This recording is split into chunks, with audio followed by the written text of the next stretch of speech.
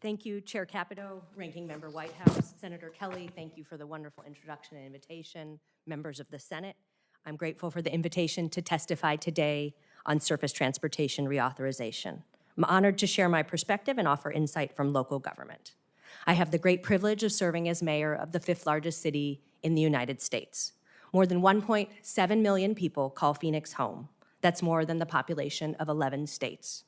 We have a lot of people and a lot of roads, nearly 5,000 miles. We own hundreds of bridges. Throughout my time as mayor and before that as a member of the City Council, improving our transportation infrastructure has been a top priority for me.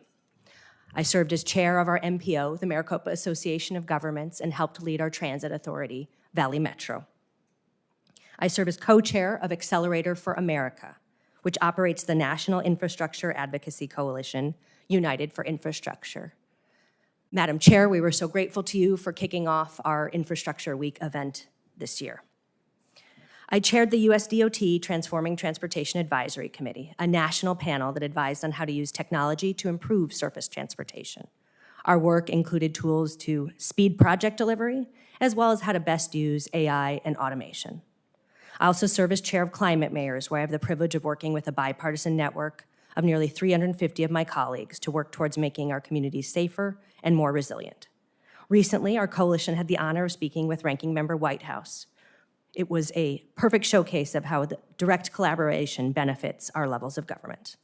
That's why I'm excited to speak with you today. The Infrastructure Investments and Jobs Act was revolutionary for our city. It's essential that the funding levels from that law continue, or better yet, increase, to allow states, tribes, and local governments to carry on the essential work that the law spearheaded. One thing I know is top of mind for all of us is safety. With an average of 30,000 crashes annually and an average of 2 crashes resulting in serious injuries every single day, NHTSA has consistently ranked Phoenix in the top 3 cities in the nation for overall traffic fatalities. That is not a point of pride. As a mayor, among the moments that stick with me the most in this job are the tragedies that involve children. Both as a mom and a local leader, there's nothing worse than seeing a child get hurt. One moment I will always carry with me is speaking with the father of a young woman who was killed due to a traffic accident. He gave me a picture of her and asked me to work hard to make sure it never happens again. I still have her photo. As a result of the Safe Streets and Roads for All program, we've been able to address some of the safety issues on the roads that took his daughter's life. This grant allowed us to implement proven safety measures designed to address issues involving pedestrians, transit riders, and drivers on a very critical corridor. Another challenge that Phoenix faces is rising temperatures. Just last week, we hit 118 degrees.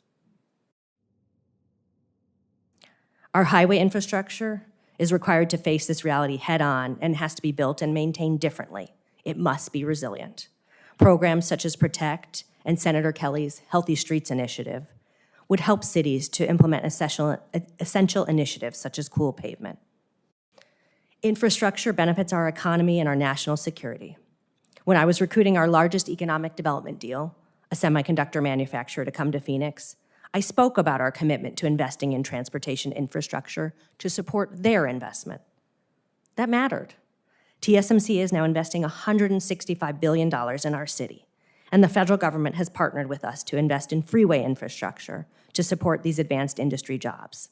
This partnership means that we, Americans, now make the most advanced chips in the world again in our country, important for our national security. In the upcoming Surface Transportation Reauthorization Bill, I encourage Congress to invest more directly to local governments, tribal governments, and MPOs, in addition to states. More than 75% of road miles are owned by cities and counties. In addition, local governments own and operate more than half of our bridges and the majority of our public transit systems.